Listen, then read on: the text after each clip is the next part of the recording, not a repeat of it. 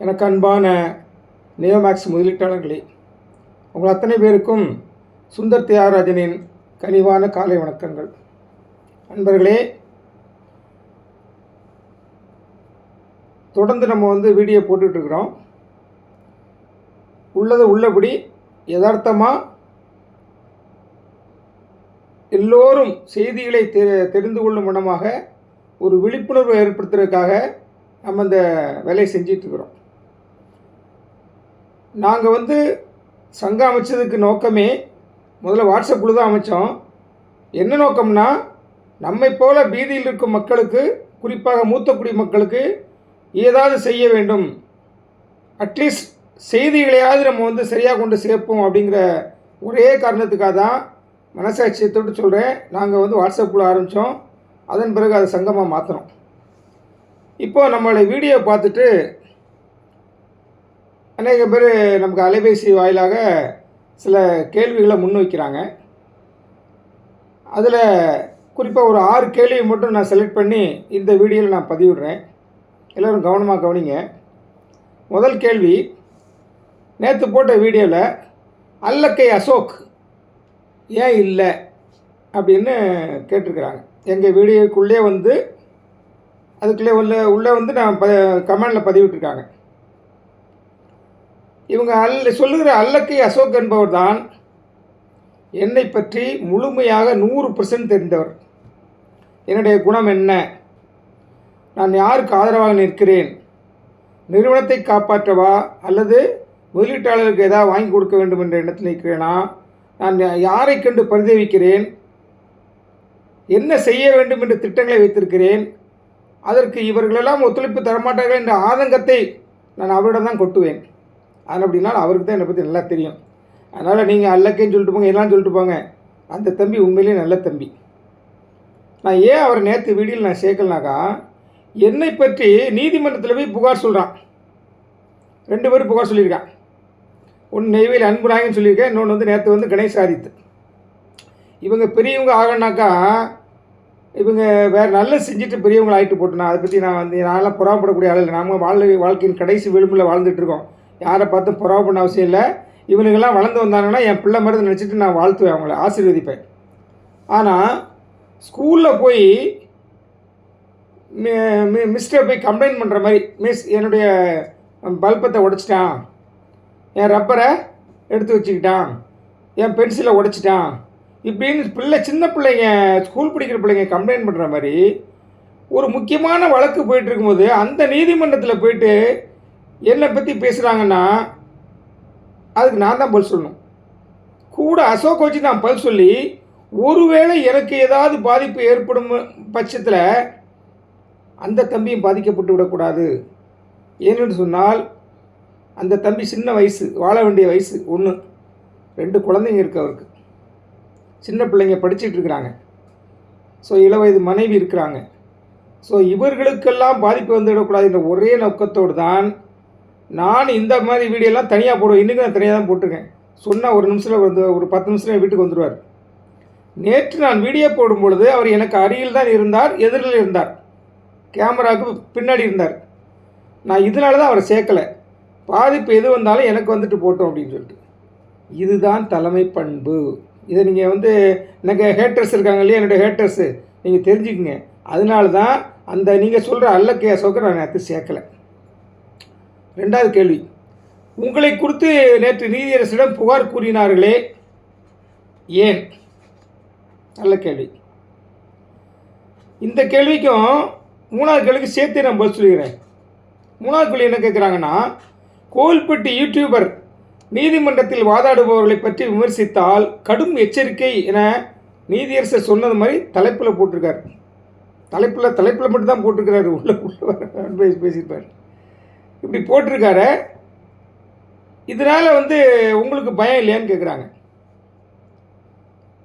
நான் என்ன சொல்கிறேன்னா, இந்த 2 கேள்விக்கு சேர்த்தே பதில் சொல்கிறேன். நீதிமன்றத்தில் வழக்காடுபவர்களை பற்றி நான் இப்பொழுது பேசுவதில்லை, பேசியிருக்கிறேன். இதே யூடியூபரை பற்றியே நான் நீதிமன்றத்திலே போய் நீதியரசிட்டே கம்ப்ளைண்ட் பண்ணியிருக்கேன்.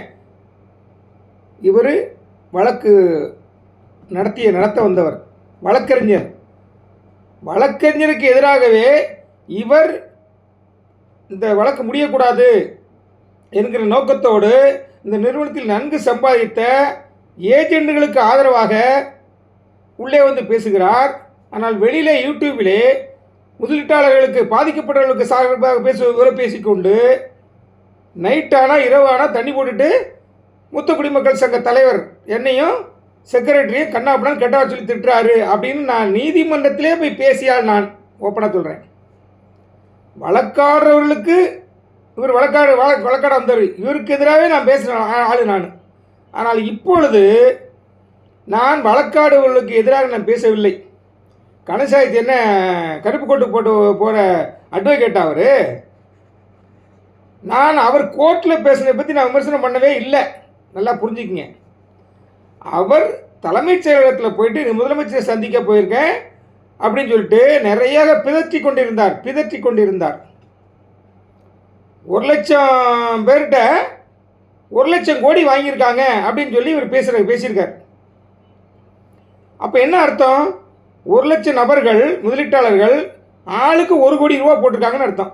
அப்படின்னா தான் 1,00,000 கோடி வசூல் பண்ணதாக வரும். இப்போ நீங்கள் நெஞ்சை தட்டு சொல்லுங்கள், நீங்கள்லாம் 1,00,000 கோடி 1 கோடி ரூபா போட்டிருக்கீங்களா? 1 கோடிக்கு போட்டவங்க இருக்காங்க, கொஞ்சம் பேர் இருக்காங்க. அதில் பெரும்பான்மையானவர் முதலீட்டாளர்கள் கிடையாது, இந்த நிறுவனத்தின் தலைவர்கள் தான். அப்போ இந்த மாதிரி முன்னுக்கு பின் முரணாக பேசுவது. ரெண்டாவது கோர்ட்டுக்குள்ளே போயிட்டு நல்லபடியாக ஏலத்துக்கு ஆதரவு தெரிவிக்கிற மாதிரி சொல்லிவிட்டு வெளியில் வந்துட்டு இந்த நீதிமன்ற நடவடிக்கைகள் தாமதமாகுது, எங்களுக்கு துரிதமாக முடித்து கொடுக்கறதுக்கு நாங்கள் நிர்மல் குமாரை போய் பார்க்குறோம். யார்? சட்டத்துறை அமைச்சர். அப்போ இவர் யாருக்கு எதிராக பேசுகிறார்? வெளியில் பரத சக்கரவர்த்தி ஐயா அவர்களுக்கு எதிராக பேசுகிறார். ரெண்டாவது, எல்லாரையும் புகார் கொடுங்க, ஏன் காவல்துறையை நம்ப மாட்டேங்கிறீங்க அப்படின்னு சொன்ன ஆட்கள் இவர்களெல்லாம் இப்போ ஈஓடபிள்யூ குறை சொல்கிறாங்க. பகிரங்கமாக இவர் பேட்டியில் குற்றப்படுத்துகிறார். ஈஓடபிள்யூ வேலை செய்ய மாட்டேங்கிறாங்க, தாமதப்படுத்துகிறாங்க, கேட்டால் மேன் பவர் இல்லைன்றாங்க அப்படிங்கிற மாதிரிலாம் இவர் இட்டு கட்டி பேசிகிட்டு இருக்கிறார். ஏடிஜிபியை அப்பாயின்மெண்ட் பண்ணலாம் பேசிகிட்டு இருக்கிறார், தேவையில்லாத பேசிகிட்டு இருக்கார். அப்போ என்ன எங்களுடைய சங்கத்தார் கேள்வி கேட்குறாங்க, ஏன் நீங்கள் ஏன் சும்மா இருக்கிறீங்க, நம்ம சங்கமும் ஏன் இது நடவடிக்கை எடுக்கக்கூடாது, முதலமைச்சர் ஏன் போய் பார்க்கக்கூடாதுன்றாங்க. அப்போ அவர்களுக்கு கேட்பவர்களுக்கு நான் ஃபோனில் சொல்லிடுறேன். ஆனால் நிறைய பேர் மனசில் இருக்கு இல்லையா, இந்த எண்ணம் இருக்கு இல்லையா, இவர் ஒன்றுமே செய்ய மாட்டேங்கிறார் இந்த ஆள் அப்படின்னு சொல்லிட்டு அவர்களுக்குத்தான் பதில் சொல்வதற்காக நான் வீடியோ போட்டிருக்கிறேன். என்ன வீடியோ போட்டிருக்கேன்? இது ஜோசப் விஜய் அவர்களை பார்த்து, மாண்புமிகு முதலமைச்சரை பார்த்து தீர்க்க வேண்டிய விஷயம் கிடையாது, நல்லபடியாக போயிட்டுருக்குது. இப்போ போய் நம்ம அவர்கிட்ட ஜோசப் விஜய்கிட்ட என்ன கேட்கணும்னாக்கா, முதலமைச்சர்கிட்ட, ஐயா இந்த ஏழை நடைமுறை எம்எஸ்டிசியில் எங்களுக்கு வேலை எடுக்கிறதுக்கு கஷ்டமாக இருக்குது, எங்களுக்கு நிறைய செலவாகுது, 1180 ரிஜிஸ்ட்ரேஷன் பண்ணுறதுக்கு 8,260 ரூபா பிளாட்டுக்கு, அப்புறம் ஏழை இடத்துக்கு அப்புறம் பதிவு பண்ணும்பொழுது அந்த 9%, 11% கிடையாது, 9%, 7% இப்போ முத்திரைத்தாளுக்கும், 2% சேல்ஸ் சர்டிஃபிகேட்டுக்கும், இதெல்லாம் கட்டும்போது முழு பணத்தொகை தான் கட்டணும்னு சொல்லியிருக்காங்க, நீதிமன்றத்தை சொல்லியிருக்காங்க. எங்களுக்கு அதிலலாம் ஒரு விலக்கு கொடுங்க, நீங்கள் இந்த ஏழை நடைமுறையை எளிதாக்குங்க, பத்திரப்பதிவு கட்டணத்தை ரத்து பண்ணுங்க அப்படின்னு போய் கேட்கலாம். அது இப்போ நேரமாது? ஏன் அந்த சுந்தர தேவையை போக தெரியாதா?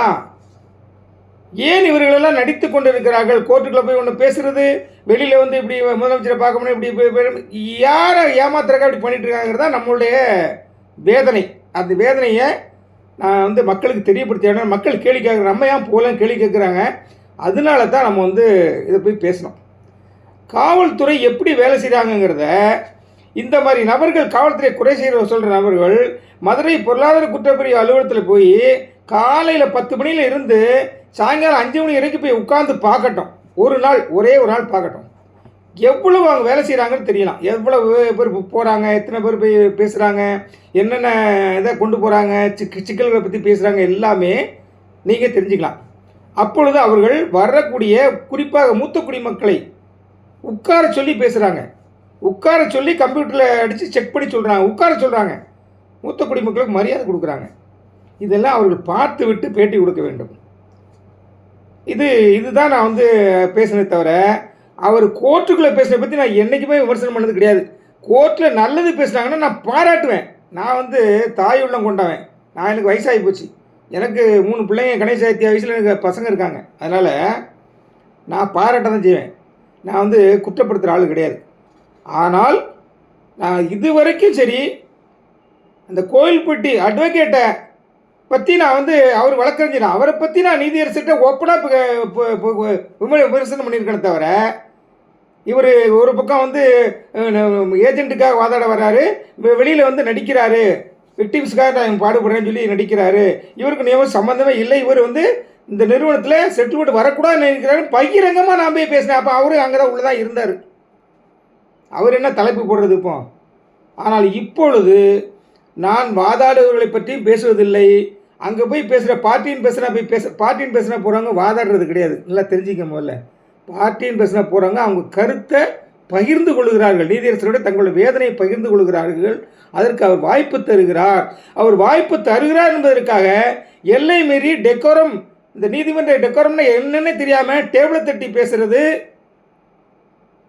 தேவையில்லாதம சின்ன பிள்ளை மாதிரி அடுத்தவங்களை பற்றி கம்ப்ளைண்ட் பண்ணுற வேலையெல்லாம் பண்ணுறது, அது யார் பண்ணுறாங்கன்னு உங்களுக்கு தெரியும். நான் இப்போ நீதிமன்றத்துக்கே போகிறதில்லை. ஏன் போகிறதில்லைங்கிறது கடைசியில் சொல்கிறேன். இந்த இந்த வீடியோடைய கடைசி பகுதி உங்களுக்கெல்லாம் ஒரு சந்தோஷமான செய்தியை நான் சொல்ல போகிறேன். அதை நீங்கள் பொறுமையாக இருந்து கேளுங்க. அடுத்து 4வது, அங்குசன் தினகரன் உங்களை பற்றி விமர்சிப்பதிலேயே ஏன்? நல்ல அருமையான கேள்விங்க. அந்த தம்பி தினகரன் ஆரம்பத்தில் என்னை தப்பாக நினச்சது உண்மை உண்மை உண்மை. நானும் அவரை வந்து எதிர்த்து பல விமர்சனங்களை பண்ணியிருக்கேன், அவரை நான் சத்தம் போட்டிருக்கேன். ஆனால் இப்பொழுது அவர் என்னை பற்றி தெரிந்து கொண்டார். அங்குசன் தினகரன் மட்டுமல்ல, அங்குசன் தினகரனை போல நான் ஆரம்பத்தில் ரொம்ப மதிப்பு வச்சுருந்தேன். நான் வாட்ஸ்அப் குழுவில் ஆரம்பித்த பொழுது என்னுடனே இருந்து எனக்கு சில ஆலோசனைகள்லாம் வழங்கிய என்னை விட வயதில் மூத்தவர்கள், நான் 2 பேரை நான் முக்கியமாக சொல்லுவேன்.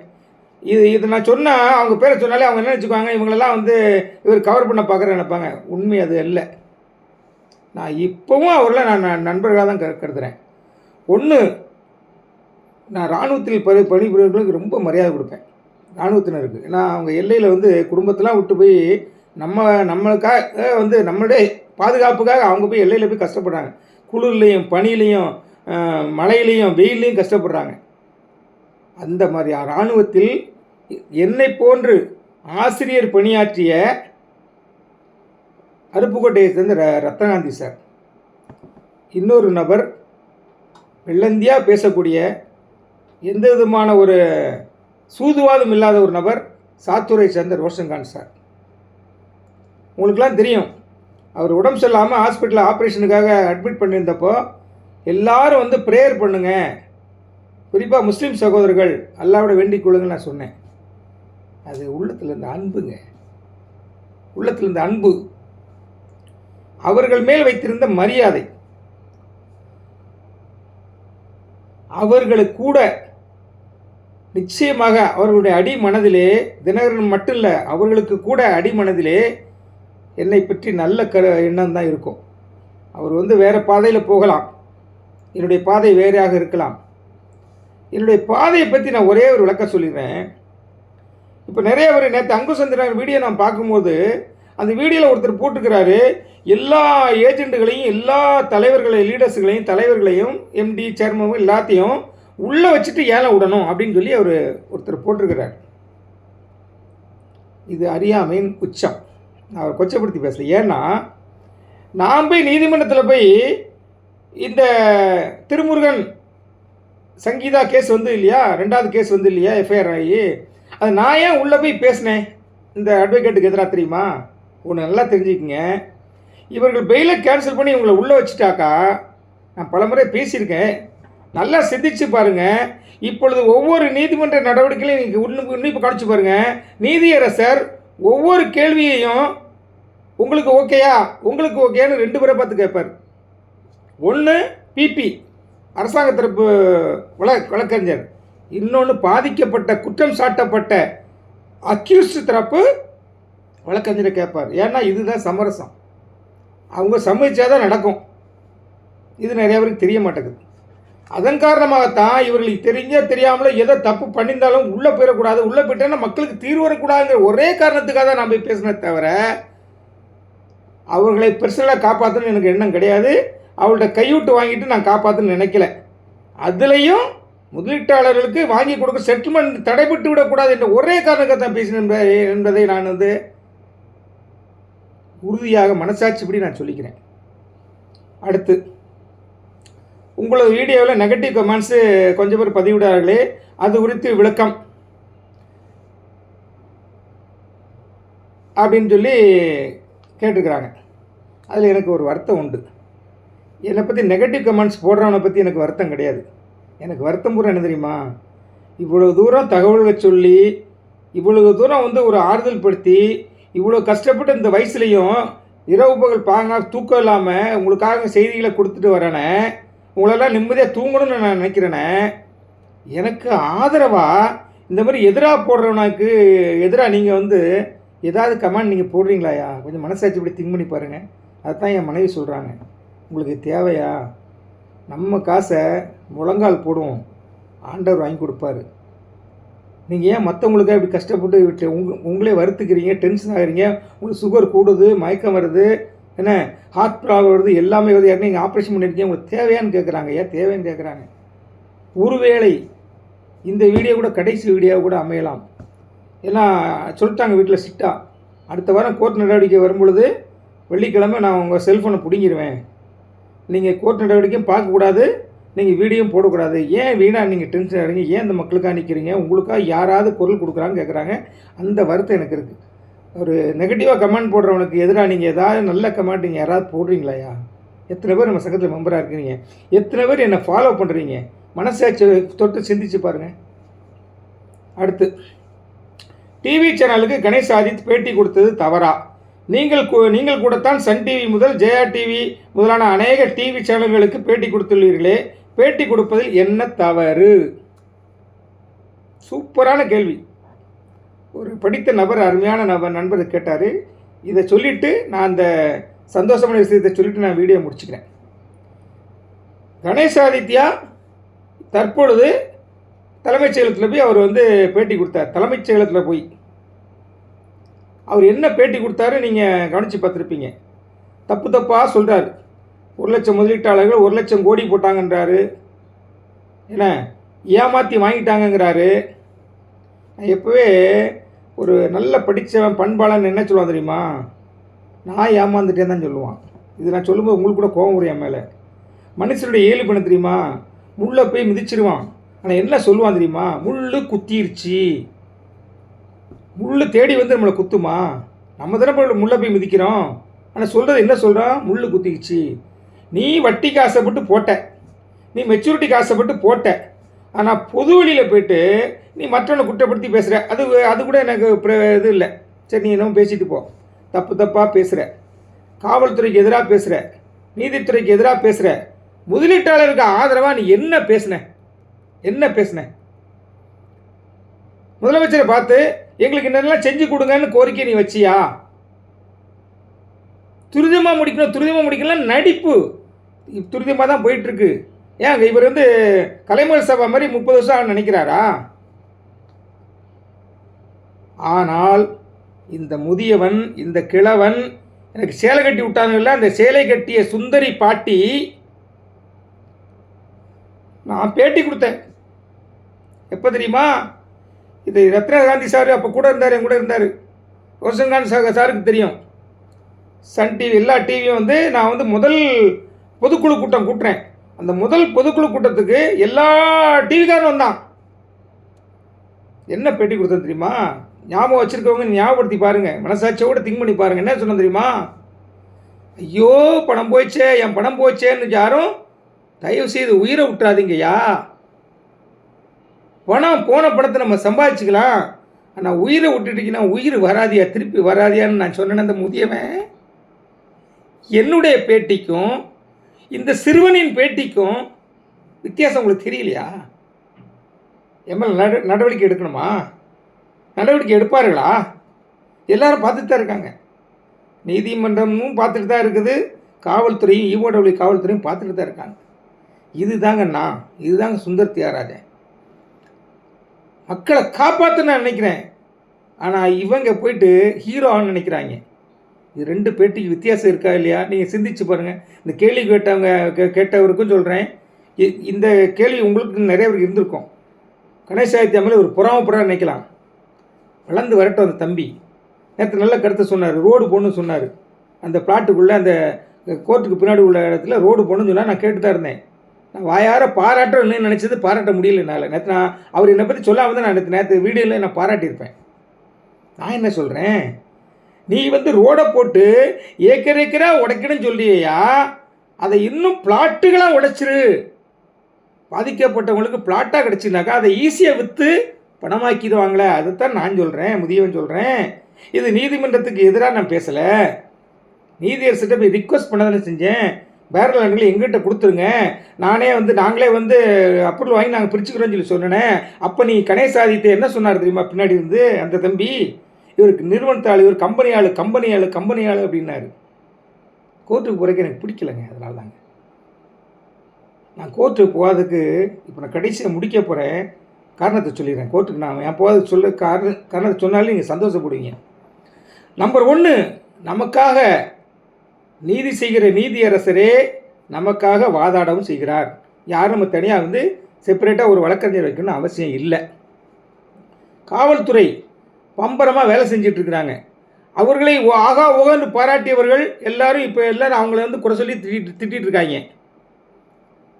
அதனால் நம்ம போகணுன்னு அவசியம் இல்லை. கடைசியாக ஒன்று சொல்கிறேன், கேட்டுக்குங்க. இதுதான் நடக்கும்னு நினைக்கிறேன். என்னுடைய அனுமானம் சரியாக இருந்தால், என்னுடைய கருத்து சரியாக இருந்தால், இது நடப்பதற்கு 99% வாய்ப்பு இருக்குது. இந்த செட்டில்மெண்ட் என்பது எப்போ வரும்? இந்த பெர்சன்டேஜ் சொல்கிறாங்களே, எவ்வளோ பெர்சன்டேஜ் கிடைக்குன்னு சொல்கிறாங்க இல்லையா, நீதியரசர் சொல்கிறா இல்லையா, அது எப்போ கிடைக்கும்னாக்கா மொத்த முதலீட்டு தொகை எவ்வளவு என்று தெரிந்தால்தான் கணக்கீடு செய்ய முடியும் என்று நான் சொல்லிட்டே வரேன். எவ்வளோ முதலீட்டு தொகை, சொத்துக்களின் மதிப்பு எவ்வளவு, இந்த ரெண்டும் தெரிஞ்சாதான் பெர்சன்டேஜ் எவ்வளோ கால்குலேட் பண்ண முடியும். Simple arithmetic calculation. இந்த மொத்த முதலீட்டு தொகை எப்போ தெரியும்? எல்லா ஒரிஜினல் பாண்டுகளையும் வெரிஃபை பண்ணணும்.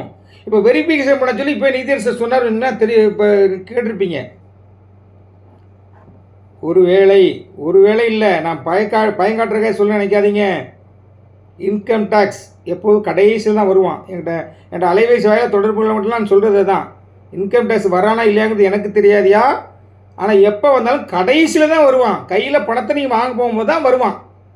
பணமாவோ நிலமாவோ வாங்க போகும்போது அப்போ வருவான். அப்போ பிடிப்பான். எப்படி நீ பணமாக பரிவர்த்தனை பண்ண, எப்படி சோர்ஸ் ஆஃப் இன்கம் என்னன்னு கேட்குறதுக்கு அப்போ வருவான். அப்படி வரக்கூடிய சூழ்நிலை வெளிப்பட்டு விட்டால் நீதிமன்றத்தின் வாயிலாகவோ அல்லது வேறு எதன் மூலமாக வெளிப்பட்டு விட்டால், ஊடகம் மூலமாக வெளிப்பட்டு விட்டால், பாதி பேர் போக மாட்டான். வெரிஃபிகேஷன் போக மாட்டான். பாதி பேர் போக மாட்டான். யார் போவா? உண்மையிலே இந்த வாழ்நாள் சம்பாத்தியத்தை இந்த நிறுவனத்தில் போட்டவங்க, ஓய்வு பெற்றவர்கள், அதுவும் குறிப்பாக அரசு துறையில் பணி செய்தவர்கள், வெளிநாட்டில் வேலை செய்தவர்கள், இராணுவத்தில் பணிபுரிந்தவர்கள், இவர்களெல்லாம் கணக்கு காமிக்க முடியும். அவங்கெல்லாம் போவாங்க. அவங்கெல்லாம் ஆல்மோஸ்ட்டு பாதிக்கப்பட்ட பியூர் இன்வெஸ்டர்ஸ் தான் இருப்பாங்க. லீடர் இப்போ போட்டு எடுக்கிறாங்கல்ல நிலங்கள்லாம், அவர்கள்லாம் போவதற்கு வாய்ப்பு கம்மி. அப்படி ஆச்சுனாக்கா நான் சொல்கிறேன், இது தவறாக இருந்தாலும் பட்டு என்னை கைது பண்ணாலும் பண்ணிட்டு போட்டோம். நான் நீதிமன்றத்துக்கு விரோதமாக பேசலை. ஒரு டாக்டர் இருக்கான்னு வச்சுங்களேன், அவர் ஒரு செத்து போன்னு வச்சுங்களேன், ஒரு கைதிக்கு ஒரு நோயாளி செத்து போன்னு வச்சுங்களேன், இன்னும் ஒரு வாரத்தில் செத்து போன்னு சொன்னாங்க தெரிஞ்சால் கூட அந்த நோயாளிகிட்ட போய் டாக்டர் என்ன சொல்லுமா, ஐயோ உனக்கு ஆயுசு கெட்டியா, நீ இன்னும் பல வருஷம் இருப்ப, கவலையே படாத, சந்தோஷமாக இரு அப்படின்னு தான் சொல்லுவார். அப்போ அந்த டாக்டரை கைது பண்ண முடியுமா? அதே மாதிரி தான் இப்போ நான் சொல்ல போகிறது. ஒருவேளை இது நிகழ்ந்தால் உண்மையிலே பாதிக்கப்பட்ட முதலீட்டாளருக்கு 100% செட்டில்மெண்ட்டு நிச்சயமாக வரும். ஆனால் அதற்கு நாம் காத்திருக்க வேண்டும் என்று கூறிக்கொண்டு முடிக்கிறேன். நன்றி தோழர்களே, நன்றி. இதுக்கு கேள்விப்பட்டவுடனே நீங்கள் நிறையா பேர் என்ன மேலே கோவப்படுவீங்க. இன்கம் டேக்ஸ் காட்டி பயங்காட்டுறானே, குறிப்பாக லீடர்ஸு. திரும்பவும் சொல்கிறேன், ஒருவேளை இது நடந்தால் பாதிக்கப்பட்டவர்களுக்கு 100% செட்டில்மெண்ட் கிடைக்கும் தான் சொல்கிறேன். அதனால் மற்றவங்களும் கிடைக்கக்கூடாதுன்னு எண்ணம் கிடையாது. நீங்கள் லீடர்ஸ்லாம் சேர்ந்து நிறுவனத்தோடு இணைந்து நிறுவனம் செயல்பட ஆரம்பித்த பொழுது அவர்களிடமிருந்து பெற்றுக்கொள்ளுங்கள், எங்களுக்கு வழிவிடுங்கள் என்று கேட்டுக்கொண்டு முடிக்கிறேன். நன்றி, வணக்கம்.